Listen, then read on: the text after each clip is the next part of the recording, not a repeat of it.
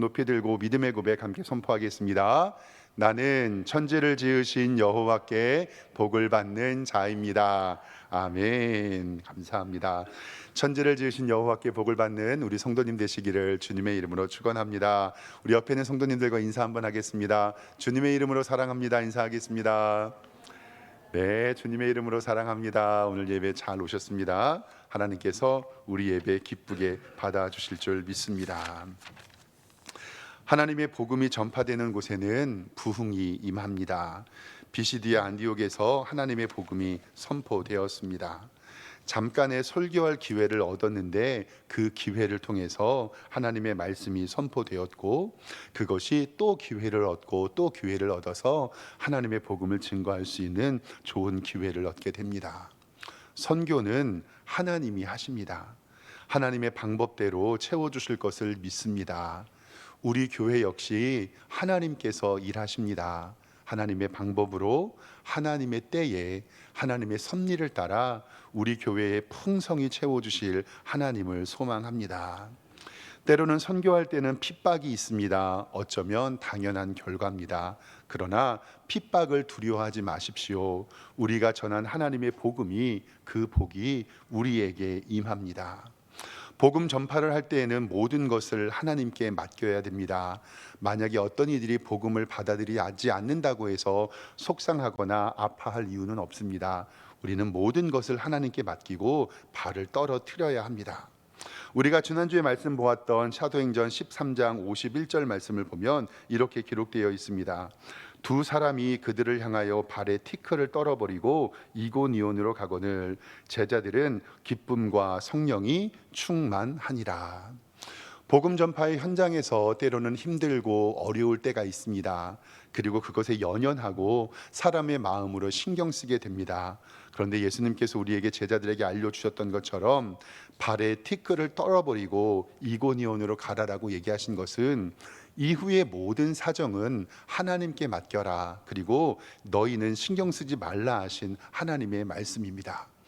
복음의 현장에서 때로는 힘들고 지치고 괴로움을 당해도 걱정하지 마십시오. 모든 것을 하나님께 맡기면 됩니다. 이 사도 바울과 바나바는 지역을 옮기면서 하나님의 복음을 전파합니다. 오늘은 복음을 전파되면 나타나는 두 가지 큰 일에 대해서 좀 함께 살펴보기를 원합니다. 첫 번째로는 복음이 선포되면 하나님이, 예수님이 전파됩니다. 이것이 바로 복음의 순기능입니다. 오늘 말씀 14장 1절 보겠습니다. 이렇게 기록되어 있습니다. 이에 이고니온에서 두 사도가 함께 유대인의 회당에 들어가 말하니 유대와 헬라의 허다한 무리가 믿었더라라고 성경은 기록합니다. 참 감사한 일입니다. 유다와 헬라의 허다한 무리가 예수님을 믿게 되고, 3절 말씀에 보면 두 사도가 오래 있어 주를 힘입어, 여기서 오래 있었다는 것은 하나님의 말씀을 계속 강론했다라는 것입니다. 제자 훈련하고 말씀을 가르쳤다는 이야기죠. 담대히 말하니 주께서 그들의 손으로 표적과 기사를 행하게 하여 주사 자기의 은혜의 말씀을 증언하였다라고 성경은 말씀하고 있습니다. 복음이 선포되면 죄가 떠나고 하나님의 말씀이 우리에게 임합니다. 그리고 말씀이 증거되는 곳에는 하나님의 능력이 있습니다. 내가 복음을 증거하는 것처럼 보이지만 하나님께서 그 가운데 역사하심 우리는 믿습니다.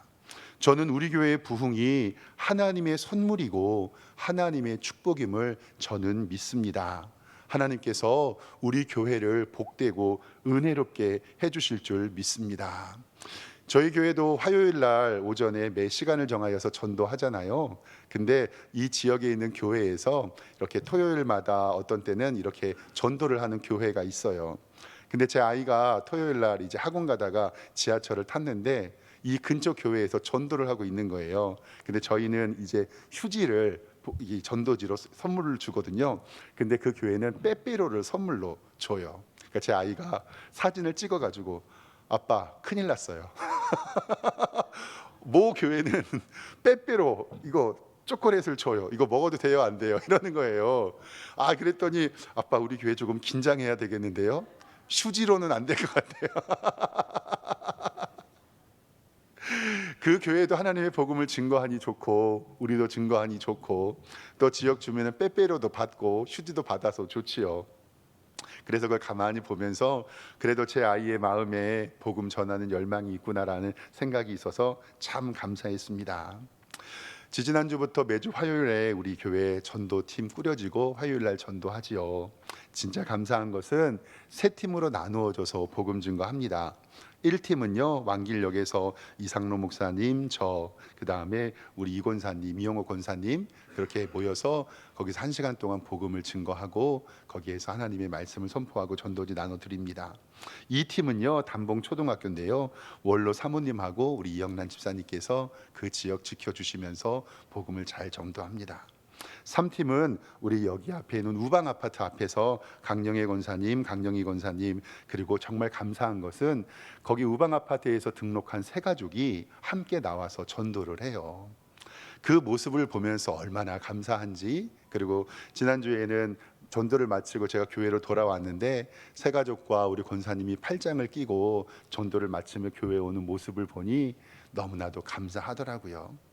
전도지를 가지고 이렇게 1시간씩 복음을 전합니다.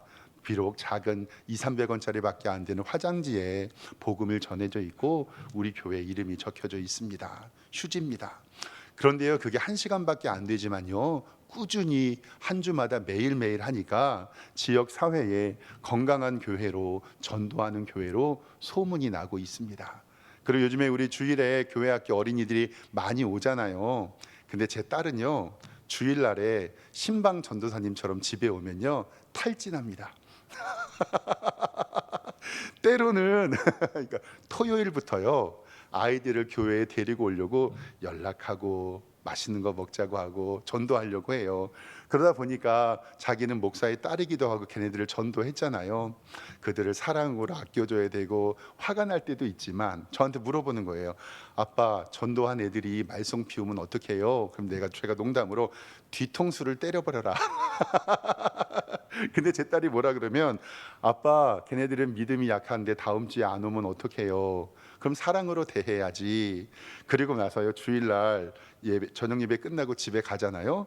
제 딸이 저보다 더 탈진해 있어요. 그래서 제가 보면 신방 여전도사님처럼 우리 아이들 돌보느냐고. 아무튼 그래서 정말 감사한 건 제 딸이 또 지역의 초등학교 다니니까 저기 석샘교회에 키 큰 목사님 여기 아이 담봉 초등학교 다닌다고 그 교회 건강한 교회라고 소문이 납니다. 저는 정말 하나님의 은혜라고 생각해요. 정말 하나님께서 매 주마다 우리 교회 새 가족 보내주시고 하나님의 은총으로 말미암아 우리 교회를 복되게 하여 주실 것을 믿습니다. 정말 이것은 복음의 능력입니다. 이렇게 복음이 선포되는 곳에 예수님이 전파되고 예수 그리스도를 알지 못하는 이들이 하나님의 품으로 돌아오게 될 줄 믿습니다. 이렇게 복음이 선포되는 곳에 예수님이 전파되지만 반대로 역기능도 있습니다. 두 번째로 알 것은 뭐냐면 복음이 선포되면 바로 이 사탄이가 난리를 친다는 것입니다. 오늘 말씀 2절에 보면 이렇게 기록이 되어 있습니다. 성경 보겠습니다.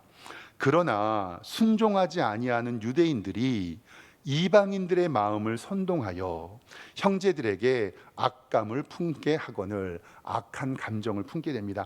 한쪽에서는 유다와 헬라의 허다한 무리가 예수님을 믿고 구원을 얻지만 한쪽에서는 순종하지 아니하는 유대인들로 말미암아 악감을 품게 하는 겁니다. 4절 말씀에는 어떻게 했냐면요 그 시내의 무리가 나뉘어서 유대인들을 따르는 자들도 있었는데 그들이 5절 말씀에 이방인과 유대인과 그 관리들과 두 사도들을 모욕하며 돌로 치려고 달려듭니다. 얼마나 아이러니입니까? 복음이 선포되면 한쪽에서는 예수 믿고 회개하고 구원받는 성도들이 있지만 다른 한쪽에서는 악을 품고 달려들어 그들을 죽이려고 돌을 드는 사람들이 있다는 이야기입니다. 참 신기하죠. 복음이 선포되는데 한쪽에서는 구원의 기쁨이, 한쪽에서는 싸움과 원성이 있게 됩니다. 이것은 복음이 선포되는 곳에 당연히 나타내는 결과입니다. 기독교는 사랑의 종교이고 은혜의 종교이고 소망의 종교입니다. 이것은 변함이 없습니다. 그런데 우리가 가만히 한번 생각해 보세요. 60년대, 70년대 우리가 전도를 잘 몰랐을 때 세상에 나가서 외쳤던 8글자 있습니다. 예수천당, 그 다음에 뭐예요? 불신지요. 간단한 복음의 원리인데 예수 믿으면 천국 가고 믿지 않으면 지옥 간다라는 이야기입니다. 근데요, 가만히 생각해 보면 예수님 믿어야 천국 갑니다라는 이 말이 정말로 예의 있게 들려서 말을 하는 거지만 엄밀히 살펴보면 정말로 기독교는 예의가 없는 종교입니다. 왜냐하면 세상 사람들에게 이렇게 외치는 거거든요. 당신은 뭡니다? 죄인입니다 라고 얘기하는 거거든요. 세상을 살아가면서 어느 정도 착하게 산 것 같고 세상의 명예와 도덕적 가치를 있었던 것 같고 세상의 사회적 위치도 있는 것 같은데 복음이라는 것은 뭐냐면 돈과 명예와 지식과 힘으로는 천국 못 갑니다.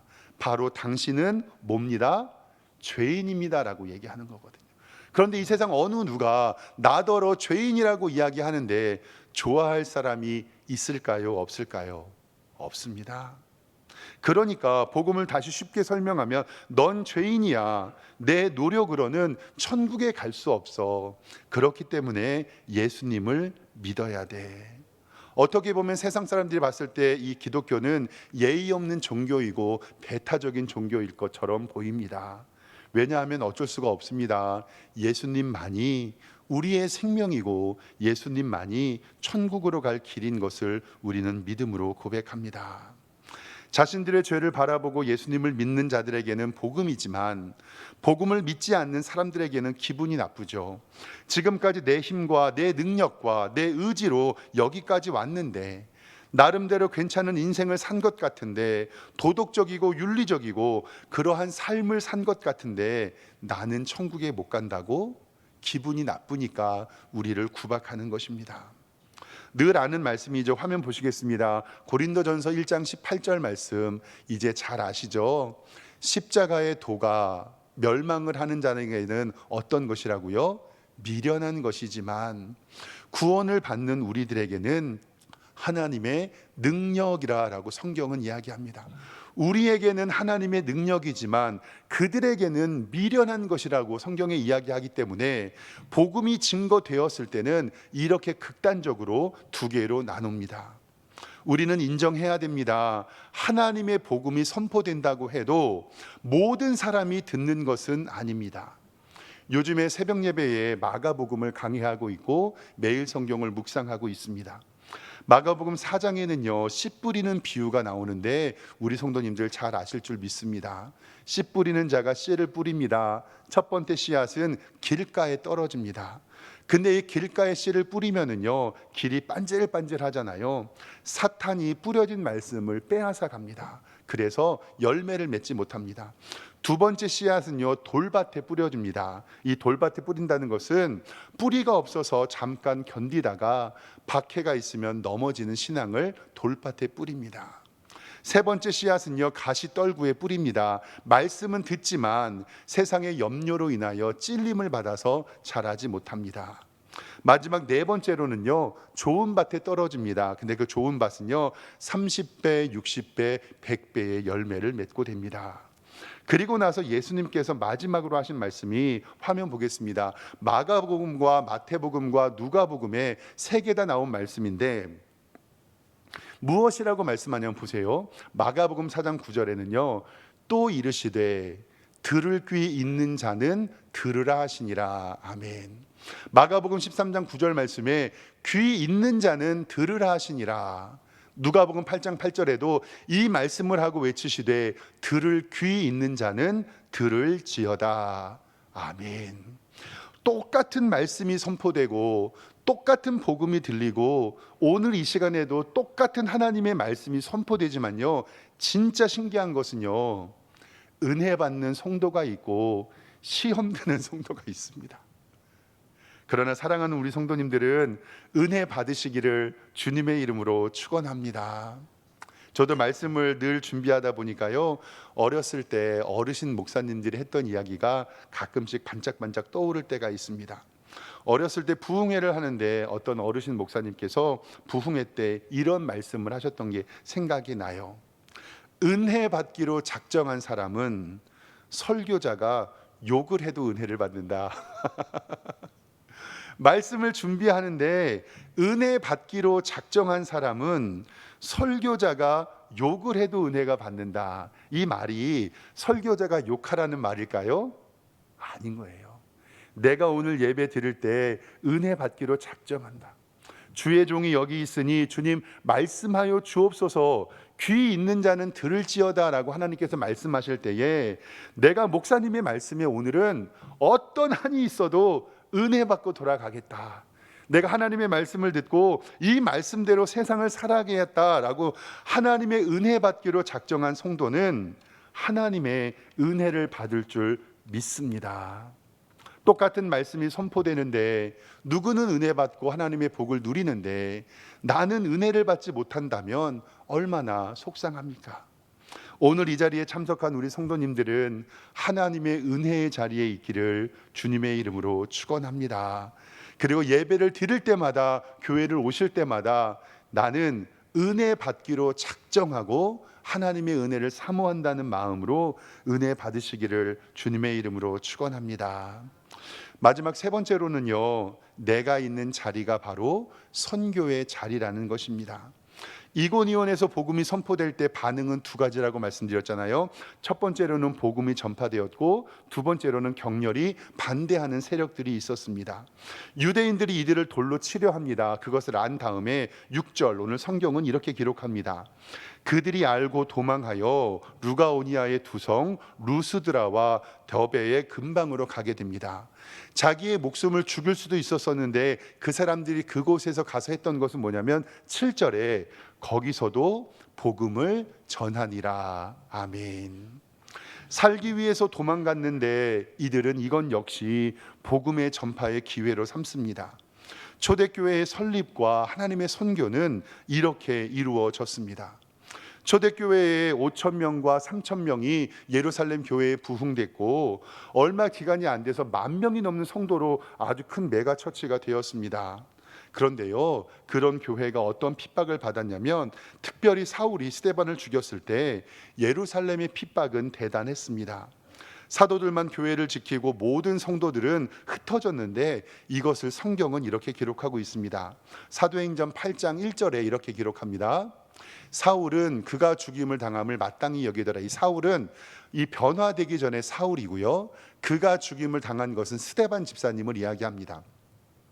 사울은 그가 죽임을 당함을 마땅히 여겼는데 그날에 예루살렘에 있는 교회에 큰 박해가 있어 사도 외에는 다 유대와 사마리아 모든 땅으로 흩어지니라. 즉 교회는 목회자들만 지키고 핍박 때문에 이렇게 다 흩어졌습니다.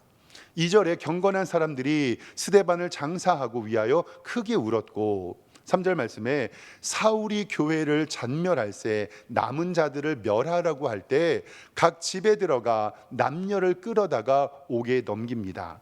이것 때문에 교회는 흩어졌는데 성경은 4절 말씀이 이렇게 고백합니다. 그 흩어진 사람들이 두루 다니며 복음의 말씀을 전할세. 아멘. 우리는 때를 어떤지 못 어떤지 하나님의 복음을 전해야 될 줄 믿습니다. 사도 바울도 마지막에 죽임을 당하여 로마 감옥에 갇혀서 빌립보 성도들에게 옥중 서신을 보냅니다. 그런데 감옥에 갇혀도 기뻐하라 기뻐하라고 말씀했고 마지막에 사도 바울은 빌립보서 1장 12절에 이렇게 고백하고 있습니다. 감옥에 갇혔을 때 이 사도 바울의 고백입니다. 내가 당한 일이 도리어 복음 전파의 진전이 된 줄을 너희가 알기를 원하노라. 나의 매임이, 여기서 이 매임이라고 하는 것은 감옥에 갇힌 거거든요. 나의 매임이 그리스도 안에서 모든 시위대 안과 그 밖의 모든 사람들에게 나타냈느니라. 14절에 형제 중에 다수가 나의 매임으로 말미암아 주 안에서 신뢰함으로 겁없이 하나님의 말씀을 더욱 담대히 전하게 되었느니라. 아멘. 초대교회는 핍박이 받으면 흩어졌는데 이 흩어진 것을 하나님의 복음의 기회로 삼았고, 사도 바울도 복음을 전하다가 옥에 갇히고 죽을 고비를 당했는데도 내가 당한 일이 도리어 복음 전파의 진전이 된 줄 너희가 알게 하라라는 말씀을 우리에게 이야기합니다. 사랑하는 성도 여러분, 우리가 있는 곳이 바로 복음 전파의 현장임을 꼭 기억하시길 바랍니다. 여러분들의 직장에서, 여러분들의 학교에서, 여러분들의 가정에서 하나님께서 우리에게 복음의 전도를 할 수 있는 귀한 기회를 주실 때 내가 있는 자리가 하나님의 선교의 자리임을 알고 하나님의 복음 전파를 감당하시는 여러분들과 제가 되기를 주님의 이름으로 축원합니다. 기도하겠습니다. 하나님 아버지, 은혜와 사랑에 감사합니다. 복음이 전파되는 곳에는 예수 그리스도를 믿고 회개하는 복된 소식들도 있지만 전도자들을 핍박하고 그들을 멸시하고 죽이려는 사람들도 있었습니다. 그러나 그것들을 피하여 하나님의 복음을 전도하는 기회로 삼았고 그것을 통하여 하나님의 교회가 부흥됐다는 것을 배웠습니다. 하나님, 우리 성도들도 이제 예배 마치고 가정으로, 직장으로, 학교로 돌아갑니다. 그곳에서 하나님의 복음을 증거하는 귀한 증인들이 되게 하여 주시며 하나님의 풍성한 은혜가 우리 성도들에게 가득하게 하여 주시옵소서. 감사드리고 예수 그리스도의 이름으로 기도드리옵나이다. 아멘.